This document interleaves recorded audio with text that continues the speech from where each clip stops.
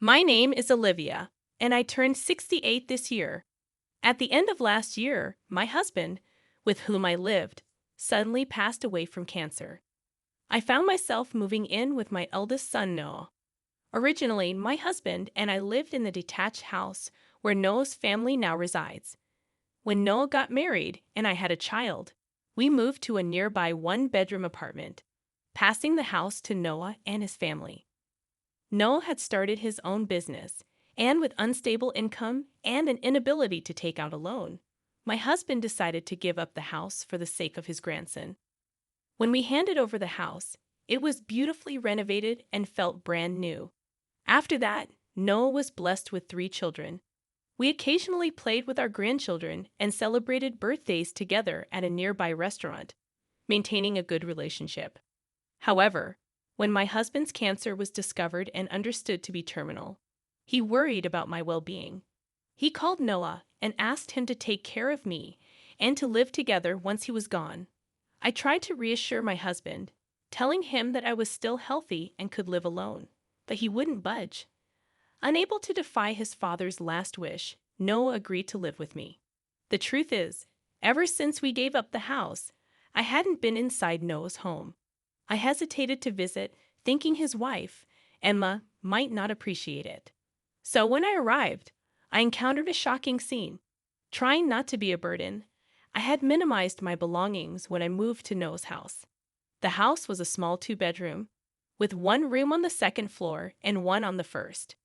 When I arrived, Noah said, "Oh, was today the moving day?" Acting clueless, Noah has always been forgetful, a trait that didn't change even in that upheaval. Entering the house, I saw shoes piled up like a mountain, and there was a strange smell. From the outside, the house looked fine, so I was taken aback without showing much concern. Noah muttered, "I only took him because Dad said so, and honestly, there's no space here," before turning his back and going inside. With no other choice, I quietly followed him in. I saw that the first floor was cluttered, and the living and dining areas were filled with shopping bags and trash. It looked like the hoarder houses you see on TV, and I was stunned. Emma, Noah's wife, then rose from the sofa. "Mom, I don't have extra beds, so please make some space," she said, before lying back down. "I'm tired from work." She runs a beauty salon and, according to Noah, earns quite a bit. As I glanced at Noah, he said, "I'm also tired from work, so could you clean up the room a bit?" and went upstairs. As I started to organize the cluttered room, Emma shouted, "Hey, the stuff in the corridor is in the way." I quickly replied, "I'm sorry," and moved things aside. She added, "It's fine to clean, but don't throw anything away," and returned to the living room. After tidying up, I was exhausted. Emma peeked in and said, "Aren't you going to help with dinner?" Feeling startled, I jumped up, realizing it was already dinner time, and hurried to the kitchen. As I entered, the kitchen was a mess, but Emma seemed unfazed, frying a lot of meat. When I asked if I could help, she pointed to the dishes and said, "You can do the dishes. I thought you'd order food delivery for occasions like this," sounding rather displeased. For a moment, I wondered about the norms in this house. Nevertheless, I responded with a smile. "I'm sorry I wasn't thoughtful today. It was hectic. But how about ordering food delivery tomorrow?" This seemed to improve her mood a bit as she replied with a faint smile, "Yes, let's do that." Trying to be understanding, I thought about how messy the house was with 3 kids and Emma working as a salon manager. That evening's dinner was just a pile of meat and bread, with no vegetables or soup. Interestingly, despite living in such a messy house, Emma was particular about clothes. She insisted on washing anything worn once and was strict with her kids about not dirtying their outfits. All of our family members are always well dressed outside, so until now, we didn't notice the state of the house. I began cleaning diligently the next day. Of course, for things I couldn't determine as trash or not, I neatly lined them up and had Emma check them when she returned from work. With the sheer amount of garbage, I asked her for confirmation almost every day, and she started to sound dismissive, often saying, "It's okay, just throw it away." I didn't really want to touch other people's belongings, but the clutter was too much. Also, it was originally the house I lived in, so seeing the room in such a state made me sad. After about a month, I finally finished sorting the garbage, and the house started to look decent. The grandchildren joyfully expressed how it looked like a house from the TV and rolled around on the carpet. They also stopped the habit of throwing half-eaten snacks around. Noah and Emma didn't particularly thank me, but since I took the initiative, I wasn't bothered by it. However, I was unaware that Emma, rather than appreciating my efforts, was making comments like, "What's that?" sarcasm, mother-in-law, and no one in the family complained or even asked for it. I overheard this one night when I got up to use the bathroom and heard Noah and Emma drinking and talking. Noah sided with Emma, saying things like, "Don't say that," and I wouldn't have taken my retired mom without Dad's insistence. Feeling down and wondering where I went wrong with raising him, I silently returned to my room. Seeing myself sleeping quietly surrounded by luggage in a dimly lit room, I felt pathetic. However, thinking of my grandchildren growing up in such an unhygienic environment, I consoled myself that what I did was right and went to sleep. From then on, whenever I was cleaning, Emma pretended not to notice and went elsewhere. Moreover, the meals were always just meat and bread. Unable to stand it, when I suggested making a stew dish and wanting to eat vegetables, Emma became upset and said, "Do as you please, but buy the ingredients yourself," and turned away. After that, she left cooking to me and stopped cooking altogether. The grandchildren, possibly vitamin deprived, seemed to improve in complexion, enthusiastically eating fruits and vegetables. Being fond of the person who serves them meals, they began to be affectionate towards me, making requests like, "Grandma, put a fried egg on the curry." One day when Emma was out late, a grandchild crawled into my bed to sleep with me. From then on, they wanted to sleep with me even when their parents were home. This probably upset Emma more. I ended up preparing all the meals. This lifestyle continued for about 6 months. Then talk of a family trip during the summer vacation came up. My eldest son and his wife were excitedly looking at travel brochures and searching on the computer, so I assumed I'd be hitting, and was actually relieved. However, my eldest grandchild suddenly approached and insisted, "Gran was coming too, right?" Despite the parents' reluctance, they agreed since the child was adamant. Emma, clearly displeased, tasked me with preparing breakfast boxes and doing laundry, emphasizing that it was the least I could do since I was invited. The trip involved travel, but being elderly, I frequently needed restroom breaks, which visibly irritated Noah and Emma. The grandchild who had insisted on my accompanying them started to rush the journey. When Noah reprimanded the child, saying it was their fault, the child began to cry loudly. The curious atmosphere worsened with Emma muttering complaints and me dreading the traffic jam. Upon reaching the amusement park, I distanced myself, saying, "I'll be at the cafe. You all have fun." When the children cheered up and ran to the rides, Emma came back to remind me explicitly to pay for my own expenses. The amusement park didn't seem like a place for the elderly, and the cafe began to get crowded. Feeling guilty, I stepped outside and mindlessly sat on a bench. Though I had worn a hat as a precaution, the midsummer sun was harsh. Before I knew it, I found myself in the amusement park's medical room. I overheard my eldest son and his wife being scolded by someone who looked like a doctor. "How can you just leave an elderly person alone like that?" It seems I had a mild heat stroke. Usually, I'd be fine, but having prepared lunch and done laundry from early morning followed by a longer ride, I must have been more exhausted than I realized. My eldest son and his wife looked clearly upset and decided to head back to the hotel with me. After checking in and leading me to the room, they told me, "Please don't cause any more trouble."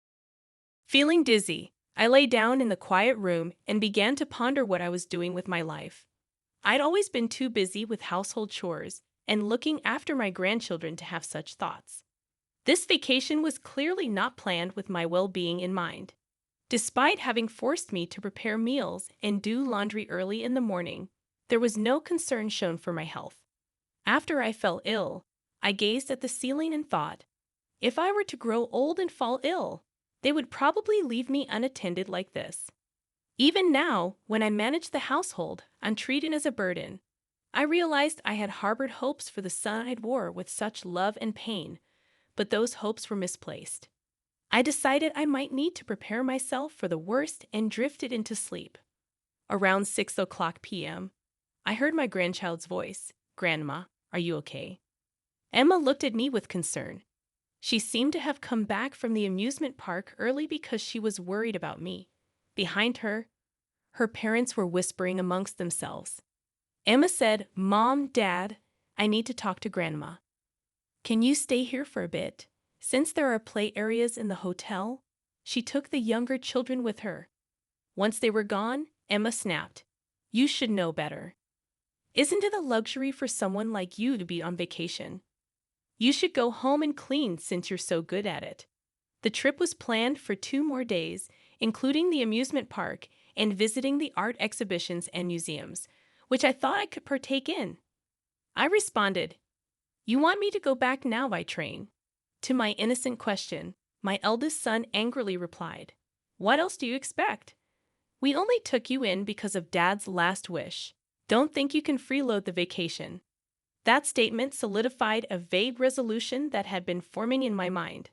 I should cut ties with them. I got up, packed my things, and asked the front desk to call a taxi. My grandchildren noticed and came over. I thought this might be our last meeting, so I said, "I'm not feeling well, so I'm going home early. Enjoy yourselves." They seemed to sense something was amiss, but simply replied with a smile, "Okay, get well soon." I gave the taxi driver my home address. He asked, "Are you sure you want to go that far?" I showed him my platinum card and asked if it was all right to pay with it. He thanked me and drove me home quietly, ensuring I was comfortable. Once home, I began to clean. I decided to move back to my old condo, which was up for rent but fortunately still vacant. The next day, after packing my belongings, I left my son's house and called a real estate agent. "Olivia," I said, "I want to sell that house." A week later, my son was furious on the phone after a disagreement with the real estate agent who came for the house's evaluation. I went to their house and calmly said, "I decided to cut ties with you guys, so I've also decided to sell this house. After all, the key to cleaning is to throw away unnecessary things." Both the eldest son and Emma looked puzzled, exclaiming, "Wait, wasn't this Dad's house? Then I should have inherited it from his estate." "Exactly," I replied. "This is supposed to be my husband's property, right? What the hell are you doing? Have you lost your mind?" I sighed and asked the eldest son, "You say you inherited through the estate. Do you remember changing the ownership of this house?" He hesitated. "No, but I just assumed it became mine." "That's not the case," I replied, "because this house is under my name." The two of them looked baffled, asking, "What do you mean?" "That's what I mean," I said. "Also prepare yourself, because I'm going to stop the financing to your company." "Financing? What are you talking about?" My son said. I always knew my son was forgetful, but this was truly astounding. I continued, "Olivia, don't you remember? Every month I've been transferring money to your bank account. It was under the agreement that you use it for business expenses." Noah, turning pale, stammered, "I saw that money. I thought Emma was earning it." Emma was also shocked, confronting Noah. "You weren't the one earning it. When Noah and Emma got married, he didn't have enough capital.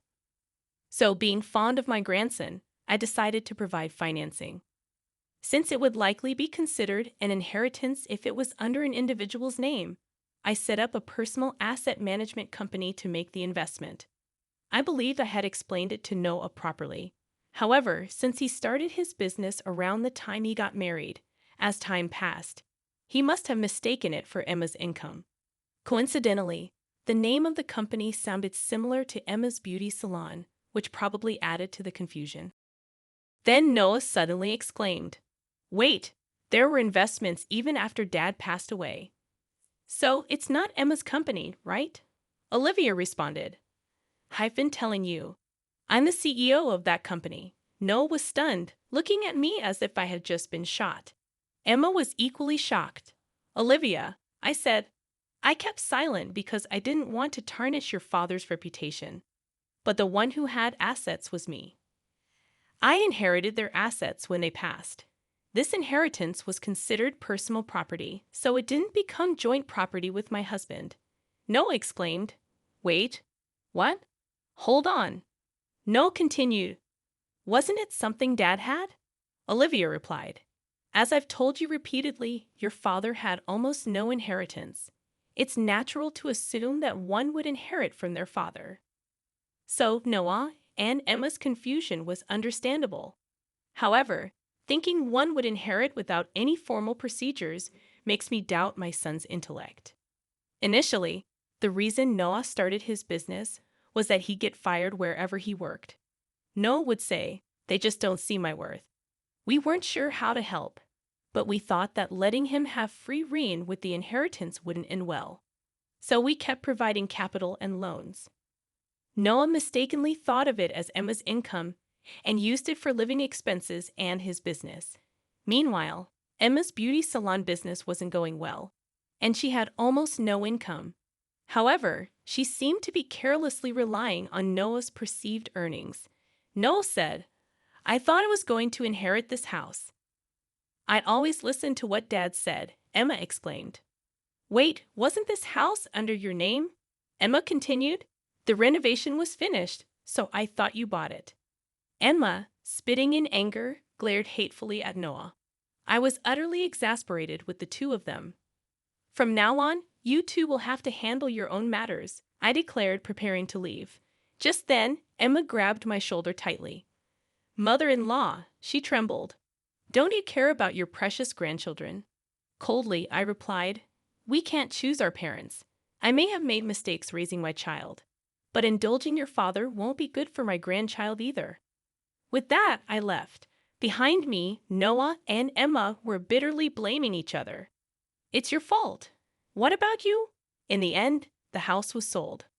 Lacking operational funds, Noah's business went bankrupt shortly after, and the couple divorced. Neither of them wanted custody, so I became the guardian of their children. As for Noah and Emma, they disappeared, and I have no idea where they are or what they're doing. With proper discipline, the oldest grandchild learned to cook, the middle one picked up cleaning, and the youngest mastered tidying up. They seem to have learned that they must fend for themselves now, able to handle household chores efficiently without my intervention. I'm grateful that I was able to pass on essential lessons to my grandchildren. Besides their housework and studies, they also care for me,